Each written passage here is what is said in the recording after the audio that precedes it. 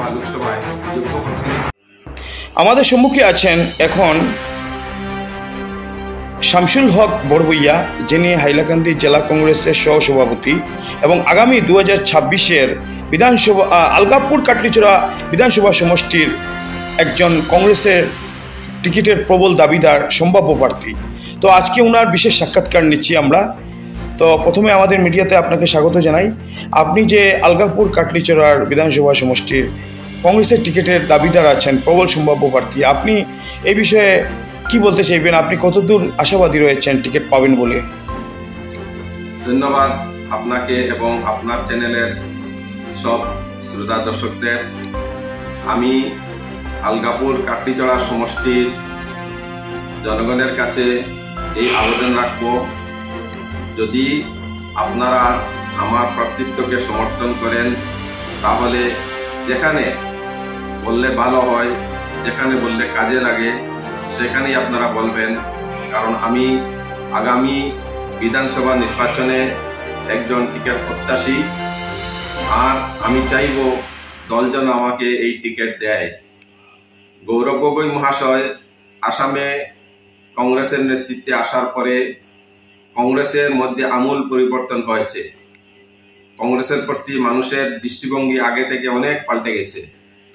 তাছাড়া ন্যাশনাল লেভেলে রাহুল গান্ধী যখন নেতৃত্বে হাল ধরেছেন, কংগ্রেসের হাল ধরেছেন, তারপরেও বিভিন্ন বিষয়ে রাহুল গান্ধী যেরকম সরব হয়েছেন ভারতীয় জনতা পার্টি এবং তার সরকারের বিরুদ্ধে, বিভিন্ন দুর্নীতির বিরুদ্ধে, এসব প্রমাণ করছে কংগ্রেস এখন নতুন কংগ্রেস হয়ে এসেছে মানুষের সামনে। এই কংগ্রেস মানুষের ভালো করবে, এই কংগ্রেসে মানুষের উদ্ধার হবে, এই দুর্নীতি এবং দমন নীতি থেকে মানুষ পরিত্রাণ পাবে।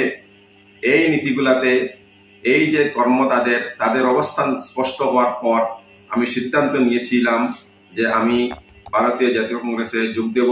আমি যোগ দিয়েছি। বর্তমানে আমি জেলা কংগ্রেসের সহসভাপতি এবং আমি চাইব এই আগামী নির্বাচনে দল যেন আমাকে দলীয় মনোনয়ন দেয়। এবং গৌরব গগৈ বরাক সফরে এসে বলে গিয়েছেন যে এবার টাকা দিয়ে টিকিট বিক্রি হবে না, তার আগে যা হওয়ার হয়ে গেছে।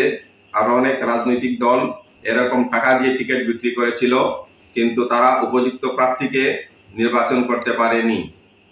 সেই নির্বাচন করতে ফেল হওয়ার কারণে বর্তমানে আমাদের যে নির্বাচিত প্রতিনিধি আছেন তারা মানুষের চাহিদা পূরণ করতে পারছেন না। তারা নিজে নিজে ব্যবসায় ব্যস্ত হয়ে আছেন। এই জন্যে যে উদ্দেশ্যে মানুষ প্রতিনিধি নির্বাচন করে, বিধায়ক নির্বাচন করে, সেই উদ্দেশ্য থেকে আমরা অনেক দূরে সরে গিয়েছি। আর আমরা সেই প্রচলিত ধারার রাজনীতিতে বিশ্বাসী হয়ে পড়েছি। সেটা অজান্তে হয়ে গেছে আমাদের।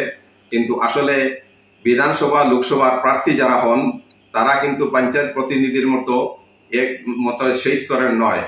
পঞ্চায়েত প্রতিনিধিদের দায়িত্ব একরকম এবং লোকসভা বিধানসভার যে প্রতিনিধি তাদের দায়িত্ব অন্যরকম। তারা হলেন লোকসভা এবং বিধানসভার প্রতিনিধি, এমএলএ এমপি যারা হন তারা হলেন আইনসভার সদস্য। যখন কোনো আইন পাশ করতে চাইবে সরকার, সেই আইনের ড্রাফট কপি প্রত্যেক এমএলএ, এই বিধানসভায় হলে এমএলএ এবং মিনিস্টারকে কপি দেবে। তারা যেন সেইটা পড়ে ভালো করে বুঝার পরে যখন অধিবেশন হবে, সেখানে আইন পাশ করার বিলটা পাশ হবে, সেখানে গিয়ে যদি এই আইনটা যুক্তিসঙ্গত হয়, সবার হিতে হয়, তাহলে সমর্থন করবে। আর যদি দেখে এই আইনে কিছু ফাঁক ফুকর আছে, সেটাতে কিছু সংশোধন করতে হবে, সেই পরামর্শ দেবে।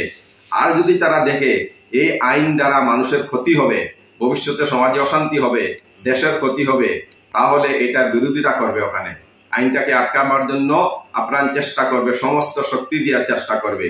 যদি সেই চেষ্টা তার ব্যর্থ হয়, ওখানে ধর্ণা দিবে, যা করবে গণতান্ত্রিক প্রক্রিয়া করবে। সেই জন্য এই যে যা করা লাগে তা দিয়ে এই আইনটাকে আটকাতে হবে, কারণ সেটা দেশের জন্য ক্ষতিকর, জনগণের জন্য ক্ষতিকর।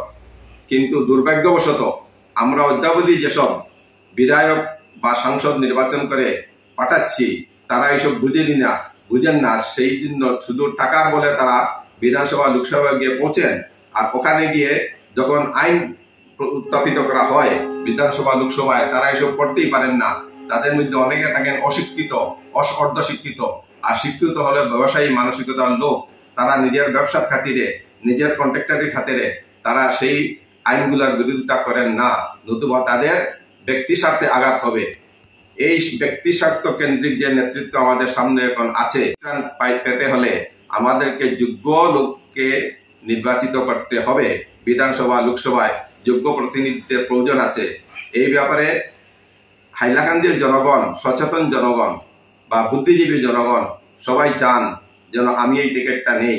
আমি আশা করছি তাদের সমর্থন আগেও পাবো। আর গৌরব গগৈ যখন বলেছেন যে এবার টাকা দিয়ে টিকিট বিক্রি হবে না আর অশিক্ষিতদের টিকিট দেওয়া হবে না, তাহলে আমি পূর্ণ আশাবাদী সেই গ্রুপে আমি নেই। আমি যে গ্রুপে আছি সেই গ্রুপেরই লোকই টিকিট পাবে এবার। আর আশা করছি ইনশাআল্লাহ এবার আমি টিকিট পাবো। আর যদি আমি টিকিট পাই তাহলে আমি বিপুল ভোটে বিজয়ী হব। ধন্যবাদ।